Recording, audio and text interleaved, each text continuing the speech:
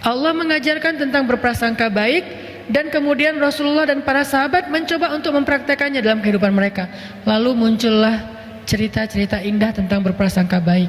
Salah satunya terjadi kepada, kalau nggak salah namanya Tolha.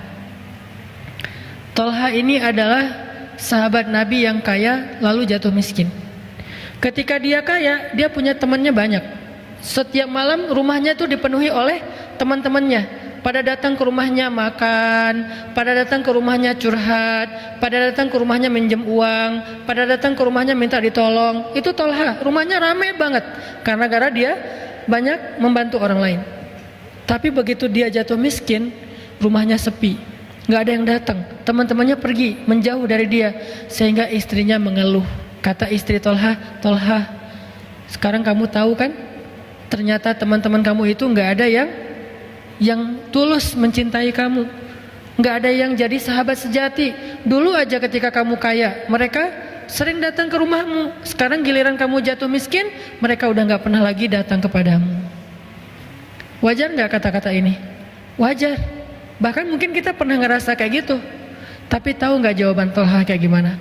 Ketika istrinya mengeluh seperti itu, Tolha mengatakan, justru mereka itu teman yang sangat pengertian, kata Tolha. Istrinya bingung, pengertian gimana maksud kamu? Dulu ketika aku punya banyak uang, mereka merasa nyaman meminta tolong kepada aku karena itu tidak akan memberatkan aku. Aku punya banyak harta, jadi menolong mereka ringan buat aku. Sekarang ketika aku sudah nggak punya apa-apa, mereka merasa kasihan dan nggak tega merepotkan aku dengan meminta tolong, maka mereka tidak datang lagi ke rumahku. Lihat angle yang diambil oleh Tolha, indah banget ya. Dia bisa menemukan satu angle berpikir yang akhirnya dia menyimpulkan yang baik tentang temannya. Kalau kita pasti mungkin 99% akan seperti istrinya. Ya bener, giliran gua sukses dulu, teman gua banyak banget. Semuanya pengen datang bareng, jalan bareng segala macam, pengen segrup, pengen punya nomor telepon gua. Pokoknya kemana gua pergi rame tuh. Sekarang giliran gua udah susah, udah nggak eksis dan segala macam, udah pada nggak ada tuh. Bahkan di Japri aja nggak pada nge-read, nggak pada ngebales, di grup juga udah nggak. Kalau gua broadcast udah nggak ada yang ngerespon, diem aja. Giliran ganti topik rame, giliran gua yang share pada diem. Akhirnya kita ilfil, sedih. Ya udah gua live grup aja, gitu ya. Ini perasaan kita yang terbangun gara-gara su'uzon. Tapi emang benar Ustaz, tetap aja su'uzon, prasangka buruk. Lebih baik kita iltamis li akhika alfa uzrin, kata ulama. Carilah untuk saudaramu 1000 alasan. Ini cara kita jaga ukhuwah. Baik soal rumah tangga, soal tetangga, soal komunitas, soal jamaah, soal masjid. Cara kita menjaga ukhuwah adalah berusaha mencari alasan yang baik tentang seseorang. Kalau kita nggak nemu, ya udah nggak usah dipikirin. Kalau kita nggak nemu, ya udah nggak usah diterusin, udah diemin aja. Kalau kita bisa ketemu, itu lebih baik supaya kita bisa punya sebuah alasan mencintai dia, sehingga kita nggak sempat berburuk sangka kepada dia. Itu tuh sahabat banget. Seringkali terjadi perpecahan di dalam sebuah komunitas atau jamaah atau keluarga, itu gara-gara prasangka sebetulnya. Kita terlalu gampang menyimpulkan sesuatu yang ternyata setelah ditabayun dia nggak gitu. Akhirnya kan jadi udah terlanjur bete ya, udah terlanjur sakit hati, dan itu juga udah susah recovery-nya. Maka sebelum itu Tolha mengajarkan kepada kita belajar untuk mencari sebuah alasan yang baik. Itu tuh Tolha. Kemudian ada lagi cerita husnuzon yang angle berbeda, terjadi kepada keluarga Abu Ayyub. Ketika ada hoax Aisyah selingkuh dengan Sofwan. Kan di zaman Nabi dulu pernah tersebar sebuah hoax yang paling trending, sampai di mana-mana orang bicarain itu, punya hashtag Aisyah dan Sofwan selingkuh. Itu tuh rame banget, dibahas di mana-mana, di Lambe Turah dibahas, di apa dibahas. Pokoknya rame aja tuh, Aisyah dan Sofwan titik gitu kan ya. Akhirnya dalam kondisi fitnah yang luar biasa, kebohongan yang luar biasa, Abu Ayyub pulang ke rumahnya minta pendapat istrinya, karena ini udah ada di semua akun, semuanya pada nge-repost. Yang lebih berat lagi tahu nggak apa? Yang nge-repost berita bohong ini justru orang beriman. Innalladzina ja'u bil ifki usbatum minkum, kata Allah, sesungguhnya yang menyebarkan itu kan berarti yang nge-repost. Karena kalau yang pertama ngeposting bukan menyebarkan. Sesungguhnya yang menyebarkan berita bohong itu adalah golongan kalian sendiri. Berarti kita taunya dari siapa? Dari teman kita yang kita percaya, teman kita dari temannya yang dia percaya, dan terus saja kayak gitu. Sehingga saking banyaknya orang beriman yang ikut nge-repost berita ini, kesannya berita ini benar. Kalau berita ini bersumbernya dari orang munafik, orang beriman gak percaya. Tapi masalahnya ada satu orang beriman yang kecolongan ikut nge-repost berita yang belum jelas kebenarannya. Akhirnya dari satu repost ke repost yang lain, jadilah dia viral. Viral itu kalau bahasa dulu namanya mutawatir. Kalau dalam konsep hadis namanya hadis mutawatir, diriwayatkan dari banyak jalan. Kalau dalam konsep medsos disebut dengan viral, diriwayatkan oleh banyak akun.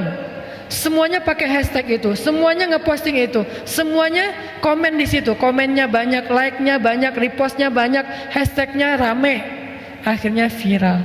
Sampai Abu Ayyub sulit untuk tidak mempercayai berita ini. Pulanglah Abu Ayyub ke rumahnya, nanya ke istrinya, wahai istriku, kamu udah dengar belum berita tentang Aisyah dan Sofwan? Kata istrinya, udah. Emangnya kenapa? Gak nyangka ya, kata Abu Ayyub. Kita banget ya. Kasihan ya Rasulullah ya, gitu kan? Gak pernah kebayang ya Aisyah sama Sofwan bisa kayak gitu. Langsung istrinya kaget. Ternyata Abu Ayyub hampir percaya dengan berita bohong ini. Langsung istrinya mengatakan, wahai Abu Ayyub, gimana perasaan pendapat kamu kalau ada yang mengatakan saya selingkuh?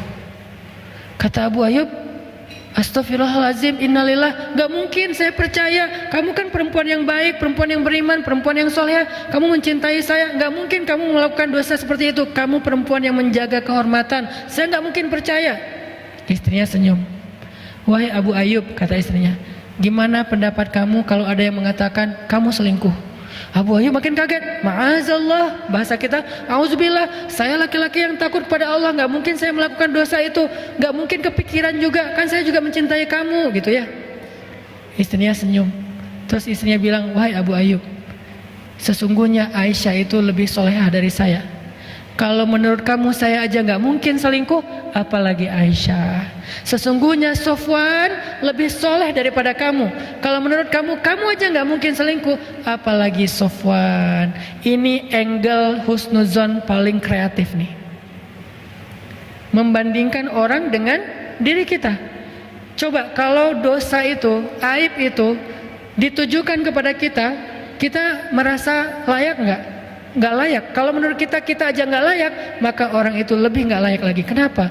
Dia lebih soleh dari kita, dia lebih baik dari kita, dia lebih duluan taubat daripada kita, dia lebih sering ke masjid daripada kita, dia lebih sering ikut kajian daripada kita, dia lebih menjaga harga dirinya daripada kita, dia lebih baik bacaan Al-Qur'annya daripada kita. Cari kelebihan-kelebihan dia sampai kita merasa bahwa dia lebih daripada kita. Setelah kita menemukan bahwa dia lebih daripada kita, lalu kita simpulkan, kalau saya aja gak mungkin, apalagi dia. Ini husnuzon. Sehingga kalau kita merasa kecewa atau kaget, surprise dengan satu gosip tentang sesama kaum muslimin atau sesama ikhwah yang ada dalam satu jamaah atau satu komunitas, pakai kalau enggak caranya Tolhah, maka caranya istri Abu Ayyub. Cara Tolhah apa? Oh mungkin, oh mungkin, oh mungkin.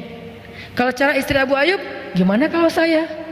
Kalau saya aja nggak mungkin, apalagi dia. Ini cara berhusnuzon yang diajarkan oleh para sahabat.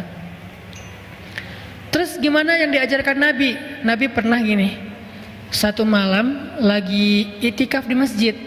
Kebenaran waktu itu Nabi itu lagi dikunjungi oleh, ceritanya juga sama, Sofia datang ke masjid, terus ngebawain makanan buat Nabi. Sampai udah agak larut malam, Sofia ada di masjid. Pas mau pulang ke rumahnya, udah kemalaman sehingga gak bisa pulang sendiri. Dianterinlah Sofia sama Nabi, pegangan tangan, pulang berdua. Pas sampai di sebuah gang yang agak nggak terlalu terang, remang-remang gitu, Nabi berpapasan dengan dua orang sahabat. Sahabat juga lagi lewat, Nabi lagi lewat, tapi Nabi lagi sama cewek. Ceweknya pakai cadar, dipegangin tangannya, lewat berdua tengah malam di tempat remang-remang. Sahabat yang lihat Nabi kayak gitu langsung ambil jalan yang lain, kayak menghindar gitu. Pas ngeliat, oh Nabi, langsung pergi. Pas mereka pergi mengambil jalan yang lain, Nabi panggil, sini, dipanggil sama Nabi. Ada apa ya Rasulullah? Ini adalah Sofia, istri saya, kata Nabi. Lalu orang itu mengatakan, ya Rasulullah, gak mungkin kami berburuk sangka kepada engkau, gak mungkin kami mikirin yang macam-macam kepada engkau. Kami tadi itu menghindar karena takut nanti kami merasa Rasulullah itu lagi sama siapa atau apa, maka kami pergi aja. Maka kata Nabi apa?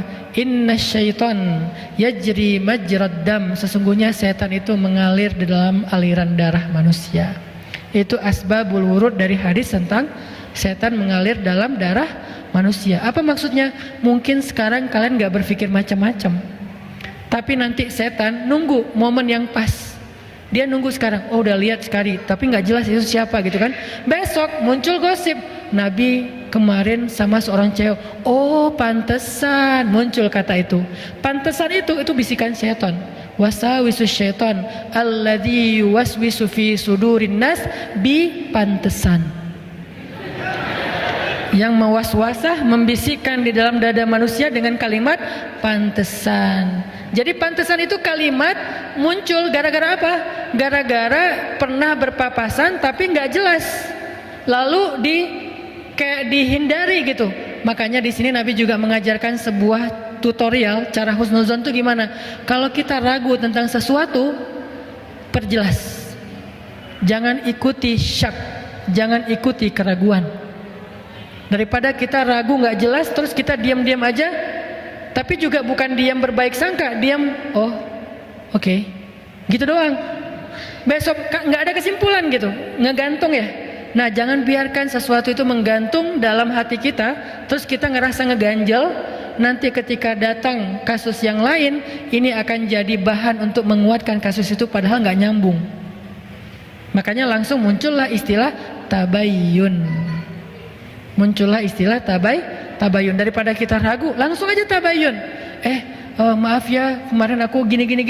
Oh iya, waktu itu gini ceritanya. Oh ya udah beres kan? Daripada kita diamin, nggak enak. Begitu nanti ada cerita lain, oh iya ya, pantesan dulu tuh pernah gini. Akhirnya saling menguatkan ya. Jadi dua berita yang tadi sama-sama setengah, ketika disatuin jadi utuh. Maka keutuhan itulah disebut dengan su'uzan, berburuk sangka. Tadi itu nggak utuh, yang satu dengarnya sekilas, yang lain dengarnya sekilas ini digabung jadi dua kilas ya. Akhirnya jadi utuh, makin tegas beritanya. Makanya Nabi sebelum mereka sempat ragu-ragu atau ngegantung, nggak bisa menyimpulkan apa, tapi mereka kayak ngerasa nggak nyaman aja, langsung menghindar. Nabi manggil, sini dulu, ini tuh Sofia istriku, kata Nabi. Sehingga setelah Nabi tabayun kayak gitu, beres, mereka nggak sempat berburuk sangka. Ini namanya husnuzon, cara kita menjaga ukhuwah. Ada cara Tolhah, ada cara istri Abu Ayyub, ada cara Rasulullah. Semua teladan itu adalah cara-cara atau tutorial berhusnuzon. Ini baru 3. Kalau kita bedah lagi, banyak lagi cerita-cerita yang lain tentang husnuzon. Yang intinya adalah jangan sampai kita merasakan sesuatu yang gak nyaman tentang saudara kita, lalu kita mengaminkan itu dengan hanya berprasangka. Itu bahaya banget. Walaupun hanya untuk diri kita sendiri. Lalu kita bicarakan dengan pasangan kita. Masing-masing punya komunitas. Pasangan kita punya komunitas grup ibu-ibu. Kita punya grup bapak-bapak. Sama-sama kemudian punya teman dekat. Teman dekat ini dibicarain. Nih gua ngomongnya ke lo doang ya, gak usah disebarkan yang lain. Oh, iya. Ngomong aja berdua. Padahal tadi satu orang kan, jadi berdua dengan istri. Istri dan suami masing-masing punya geng. Ngomong ke gengnya. Gengnya punya geng lagi kan, masing-masing punya circle ya. Akhirnya jadilah rahasia umum. Kenapa balik lagi ke orang yang pertama? Kamu dengar dari siapa? Dari fulan. Ujung-ujungnya istrinya. Ini gara-gara ada satu hal yang ngegantung, gak diberesin dari awal. Makanya ngeganjal. Nanti akhirnya pecah bisul. Nanti akhirnya menemukan momentum, nanti akhirnya jadi sesuatu yang bahkan meledak dan menjadi sesuatu yang nggak baik.